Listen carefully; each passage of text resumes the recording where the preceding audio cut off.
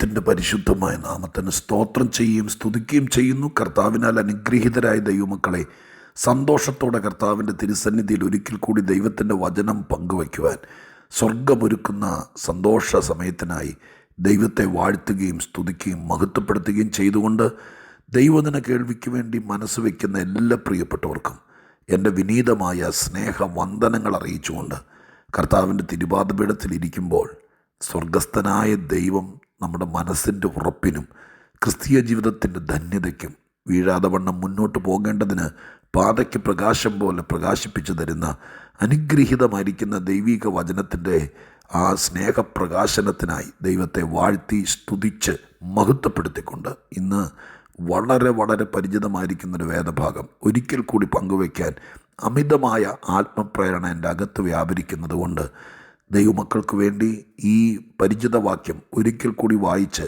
അതിനകത്ത് ചില കാര്യങ്ങൾ നിങ്ങളോട് പങ്കുവയ്ക്കാൻ ആഗ്രഹിക്കുന്നു. പ്രതീക്ഷയോടെ ഇരിക്കുന്ന ദൈവമക്കൾക്ക് വേണ്ടി മർക്കോസിൻ്റെ സുവിശേഷം 6-ാമത്തെ അധ്യായം അതിൻ്റെ 48-ാമത്തെ വാക്യം ഞാൻ നിങ്ങളെ വായിച്ചു കേൾപ്പിക്കാം. മർക്കോസിൻ്റെ സുവിശേഷം 6-ാം അധ്യായം 48-ാം വാക്യം.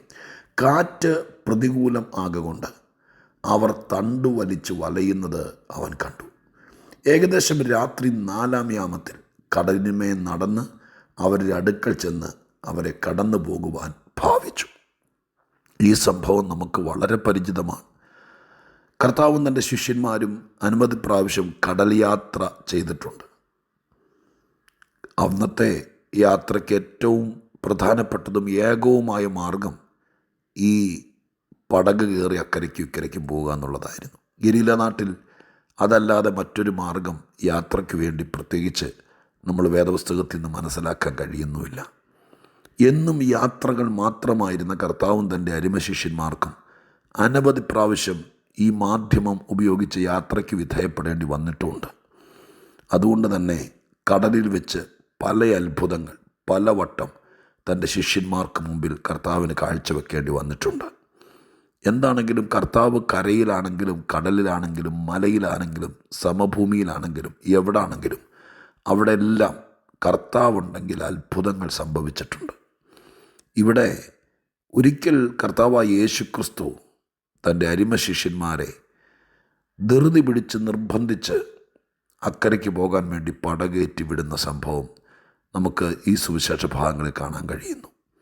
എന്നിട്ട് കർത്താവ് അക്കരയ്ക്ക് അവരുടെ കൂടെ പോകാതെ ഇക്കരെ മലയിൽ പ്രാർത്ഥിച്ചുകൊണ്ടിരുന്ന സംഭവം വേദപുസ്തകത്തിനകത്ത് നമുക്ക് ഗ്രഹിക്കാൻ കഴിയും. അക്കരയ്ക്ക് പോകാൻ വേണ്ടിയിട്ട് നിർബന്ധിച്ച് അവരെ പടകേറ്റി വിട്ടു. ഒത്തിരി സമയമൊന്നും എടുക്കേണ്ടി വരത്തില്ല അക്കരയ്ക്ക് പോകാൻ എന്നതാണ് അവിടുത്തെ ദൂരവും ദൈർഘ്യമൊക്കെ വെച്ച് മനസ്സിലാക്കാൻ കഴിയുന്നത്. മാത്രമല്ല ഇവരെല്ലാവരും കടലുമായിട്ട് ഈ തടാകവുമായിട്ടൊക്കെ നല്ല ബന്ധമുള്ളത് കൊണ്ട് പടക് തുഴഞ്ഞ് അക്കരെ എത്തുക എന്ന് പറയുന്നത് ഇവരെ സംബന്ധിച്ചിടത്തോളം ഒരു വലിയ പുതുമയുള്ള കാര്യമല്ല. പക്ഷെ അന്നത്തെ ദിവസം സംഭവിച്ചത് നിങ്ങൾക്കറിയാലോ. 3 യാമങ്ങൾ, രാത്രിക്ക് 4 യാമങ്ങളാണുള്ളത്. സന്ധ്യായാമത്തിലാണ് അവർ അക്കരയ്ക്ക് പോകാൻ നിർബന്ധിക്കുന്നത്. 6 മണിക്കാണ് സന്ധ്യായാമം വൈകുന്നേരം ആരംഭിക്കുന്നത്.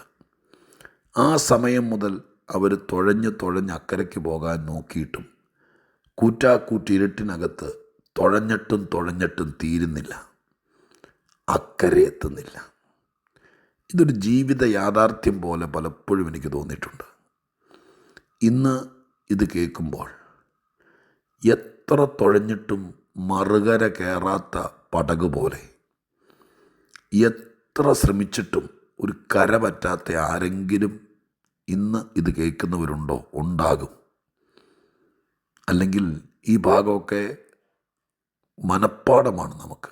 പക്ഷെ ഞാൻ മറ്റൊരു വാക്യത്തിലേക്ക് നോക്കിയിട്ട് കർത്താവിനെ വിലക്കുന്നത് പോലെ എനിക്ക് തോന്നുകയും ഈ ഭാഗം തന്നെ പറയാൻ ഏതോ പരമാർത്ഥ ഹൃദയമുള്ളവർക്ക്, ഏതോ തണ്ടു വലിച്ച് കുഴയുന്നവർക്ക്, തുഴഞ്ഞിട്ടും അക്കരെ എത്താത്ത ആർക്കോ ദൈവത്തിൻ്റെ മഹാകരുണ കിട്ടുന്നൊരു സന്ദേശമായി ഈ ദിവസത്തെ ഈ സന്ദേശത്തെ ദൈവമായ കർത്താവ് ഉദ്ദേശിച്ചിട്ടുണ്ടെന്ന് ഞാൻ വിചാരിക്കുകയാണ്. അതുകൊണ്ട് 100 വട്ടം കേട്ടിട്ടുള്ളവർ ഒന്നോടെ ക്ഷമിക്കുക. അതല്ല, ഇന്നത്തെ സാഹചര്യത്തിൽ ഒത്തിരി ശ്രമിച്ചിട്ടും അഥവാ ഒരുപാട് പ്രാവശ്യം ടെസ്റ്റുകളും പരീക്ഷയൊക്കെ എഴുതിയിട്ടും നേരം പുലരാൻ തുടങ്ങുന്നു. ഇനി ഒന്നോടെ എഴുതാനുള്ള നേരമില്ല, ഇനി ഒന്നോടെ ശ്രമിക്കാനുള്ള ആസ്തിയില്ല, ഇനി ഒരു വട്ടം കൂടി മുടക്കാനുള്ള പണമില്ല. അതുപോലെ തുഴഞ്ഞ് തളർന്നിട്ടും എങ്ങുമെത്താത്ത ആരെങ്കിലും ഉണ്ടെങ്കിൽ അവർക്ക് വേണ്ടി ദൈവം പറയുന്ന വാക്കാണ്, കർത്താവ് നിങ്ങളെ കൈവിടത്തില്ല. ദൈവം നിങ്ങളെ ഇവിടം കൊണ്ട് അവസാനിപ്പിക്കത്തില്ല. ഒരുപാട് പ്രാവശ്യം പറഞ്ഞു, ഒത്തിരി കരഞ്ഞു, ഒത്തിരി ശ്രമിച്ചു, ഒത്തിരി പണം മുടക്കി, ഒത്തിരി ചികിത്സിച്ചു, ഒത്തിരി അധ്വാനിച്ചു. ഇതൊക്കെ ചെയ്തിട്ടും എങ്ങുമെത്താതെ ഈ തുഴഞ്ഞത് മുഴുവൻ എങ്ങോട്ടായിരുന്നു എന്ന് പോലും ആളുകൾ വിമർശിച്ച് ചോദിക്കത്തക്ക രീതിയിൽ നമുക്കറിയില്ല. നമ്മൾ അധ്വാനിച്ചതാണ്, പക്ഷെ നമ്മളെങ്ങും എത്തിയില്ല. നമ്മൾ ഒത്തിരി പഠിച്ചതാണ്, പക്ഷെ നമ്മളെങ്ങും എത്തിയില്ല. നമ്മൾ വീട് വിട്ട് നാളുകളായി ദൂരദേശത്ത് പോയി ഒരുപാട് പരിശ്രമിച്ചതാണ്, പക്ഷേ മറ്റു പലരും എന്നേ എത്തി പല സ്ഥലത്ത്, നമ്മളെങ്ങും എത്തിയില്ല. അങ്ങനെ ആരെങ്കിലും ഉണ്ടോ? ഉണ്ടെങ്കിൽ നിങ്ങൾക്ക് മാത്രമായിരിക്കാം. 99നെയും വിട്ടിട്ട് ഒരെണ്ണത്തിന് വേണ്ടി മാത്രം തേടിയിറങ്ങിയ കർത്താവ് ഇന്നത് കേൾക്കുന്ന ആയിരക്കണക്കിന് ആളുകളിൽ ചിലപ്പോൾ എല്ലാവർക്കും ഇത് അനിവാര്യമായിരിക്കുകയില്ല. പക്ഷെ ആരോ ഒരാൾ, ആ ഒരാൾക്ക് വേണ്ടി ദൈവമായ കർത്താവ് പറയുന്ന വാക്കുകളായിട്ട് നിങ്ങൾ ഏറ്റെടുക്കുക. അടുത്ത വാക്കുകൾ ഞാൻ പറയുന്നു, പരിശുദ്ധാത്മപ്രേരിതനായി.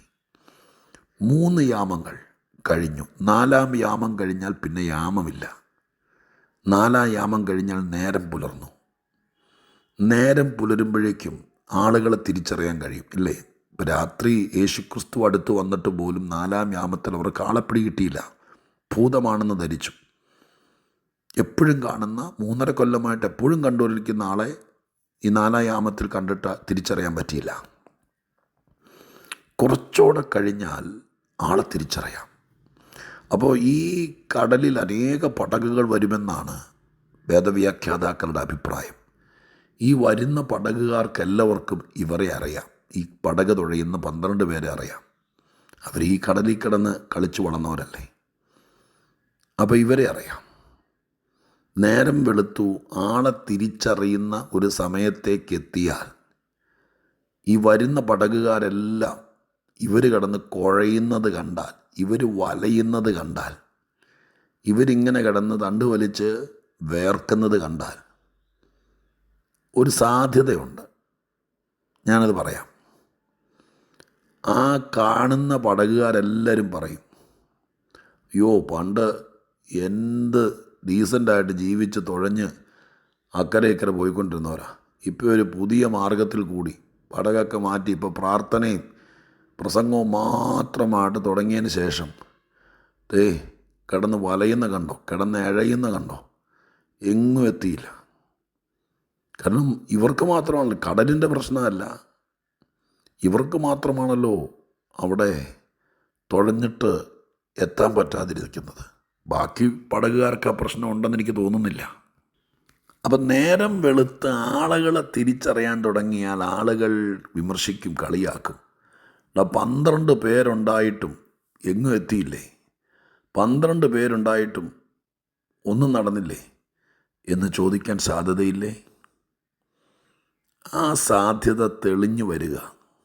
നേരം വെളുത്താൽ പരാജിതരെ തിരിച്ചറിയും, തുഴഞ്ഞ് തളർന്നവരെ തിരിച്ചറിയും, വലഞ്ഞവരെ തിരിച്ചറിയും, കുഴഞ്ഞവരെ തിരിച്ചറിയും, ഒത്തിരി തുഴഞ്ഞിട്ടും എങ്ങുമെത്താത്തവരെ തിരിച്ചറിയും. ഒരുപാട് പേരുടെ ചോദ്യങ്ങൾക്ക് മറുപടി കൊടുക്കേണ്ടി വരും. ഒത്തിരി പേര് വിമർശിക്കും, ചില ആളുകൾ കളിയാക്കും, ചിലർ മുൻവിധിയോടെ പറയും, ചിലർ യേശുവിനെ പോലും കുറ്റം പറയും. അതിനൊക്കെ മുമ്പ്, ആളെ തിരിച്ചറിയുന്ന പാകമാകുന്നതിനേക്കാൾ മുമ്പ് 4-ാം യാമത്തിൽ കർത്താവ് വന്ന് കാര്യം പരിഹരിച്ചു. 3 യാമത്തിൽ നടക്കാത്തത് 4-ാം യാമത്തിൽ നടന്നു. പ്രിയപ്പെട്ടവരെ, ഞാനിങ്ങനെ നിങ്ങളെ ധൈര്യപ്പെടുത്തി അവസാനിപ്പിക്കാം. നീ ഒരു പരാജയമാണെന്ന് ഇപ്പം അധികം പേർക്ക് പിടികിട്ടിയിട്ടില്ല. ഈ 12 പേര് തമ്മിൽ പറയും, എന്താ നമുക്ക് പറ്റിയതെന്ന്, ഇതെന്താ ഇങ്ങനെ, നമ്മൾ തുഴഞ്ഞിട്ടൊന്നും എത്താത്ത എന്താ, ഇതെന്തോരം നേരമായി, നമ്മൾ ഇനി അക്കരെ എത്തൂലായിരിക്കുമോ, എന്നൊക്കെ ഈ പടകിനകത്തിരിക്കുന്ന 12 പേരെ തമ്മിൽ പറഞ്ഞോളൂ. അടുത്ത പടകുകാരും മറ്റുള്ളവരും മുൻ പരിചയക്കാരും ഈ കാര്യത്തെക്കുറിച്ച് തലയിടുന്നതിനേക്കാൾ മുമ്പ്, വിമർശിക്കുന്നതിനേക്കാൾ മുമ്പ്, അഭിപ്രായം പറയുന്നതിനേക്കാൾ മുമ്പ്, അവർ ഇതിനെ വേറൊരു രീതിയിൽ ചിത്രീകരിക്കുന്നതിനേക്കാൾ മുമ്പ് അരിമനാഥൻ ഈ കാര്യം പരിഹരിച്ചില്ലേ? ഈ വേദപുസ്തകത്തിനകത്ത് എഴുതിയത് കൊണ്ട്, നമുക്ക് വേണ്ടി എഴുതിയത് കൊണ്ട് നമ്മൾ അറിഞ്ഞു. ഇല്ലെങ്കിൽ നമ്മൾ പോലും അറിയില്ലായിരുന്നു ഈ രാത്രി മുഴുവൻ ഇവർ കഷ്ടപ്പെട്ട കാര്യം.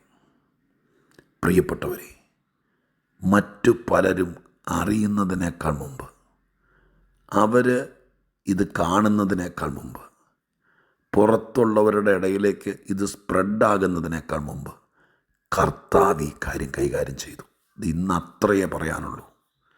ഇപ്പോൾ നിൻ്റെ ഈ വിഷയം, നിൻ്റെ കുഞ്ഞിൻ്റെ വിഷയം, നീ എങ്ങും എത്താതെ പോയ വിഷയം, നീ തോറ്റ വിഷയം, നീ കഷ്ടപ്പെട്ടിട്ടും കൂലി കിട്ടാതെ പോയ വിഷയം, നീ കഠിനാധ്വാനം ചെയ്തിട്ടും ഒന്നും നടക്കാതെ പോയ വിഷയം, നീ പരീക്ഷ എഴുതിയിട്ടും എന്തോ പരാജയപ്പെട്ട വിഷയം, ഇത് ഒരു ഇന്നർ സർക്കിളിന് മാത്രമേ അറിയുള്ളൂ. ഇതൊരു ഔട്ടറിലേക്ക് പോകുന്നതിനേക്കാൾ മുമ്പ് കർത്താവ് പരിഹരിച്ചോളും കേട്ടോ.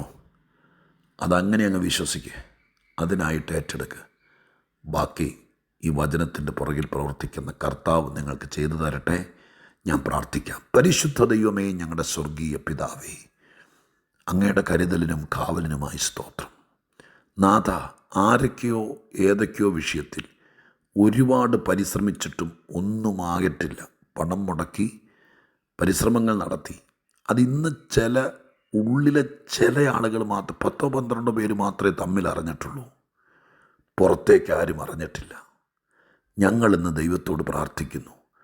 പുറം ലോകം അറിയുന്നതിനേക്കാൾ മുമ്പ്, സൂര്യൻ ഉദിച്ചു വരുന്നതിനേക്കാൾ മുമ്പ്, ആളുകളെ തമ്മിൽ തിരിച്ചറിയുന്നതിനേക്കാൾ മുമ്പ്, ഈ സമുദ്രത്തിലേക്ക്, ഈ തടാകത്തിലേക്ക് ആളുകൾ പടകുമായി വരുന്നതിനേക്കാൾ മുമ്പ് കാര്യം പരിഹരിച്ച് അക്കരെ എത്തിക്കുന്ന നാഥ, ഇന്ന് ഈ കാര്യത്തെ ഈ വിധത്തിൽ ചിന്തിച്ച് പ്രാർത്ഥിക്കുക. അധികം പേരറിയാതെ, മറ്റുള്ളവർക്ക് ചർച്ച ചെയ്യാൻ വിട്ടുകൊടുക്കാതെ കാര്യം തീർത്ത് അക്കരെ എത്തിക്കണേ. ഈ ദൂത് ആർക്കൊക്കെ ഉള്ളതാണോ അവരത് തിരിച്ചറിഞ്ഞ് പ്രാർത്ഥിക്കട്ടെ. അത് അനുഗ്രഹമാക്കി കൊടുക്കണം. യേശു കർത്താവിൻ്റെ നാമത്തിൽ പ്രാർത്ഥിക്കുന്നു. കേൾക്കണേ സ്വർഗീയ പിതാവേ. ആമേൻ.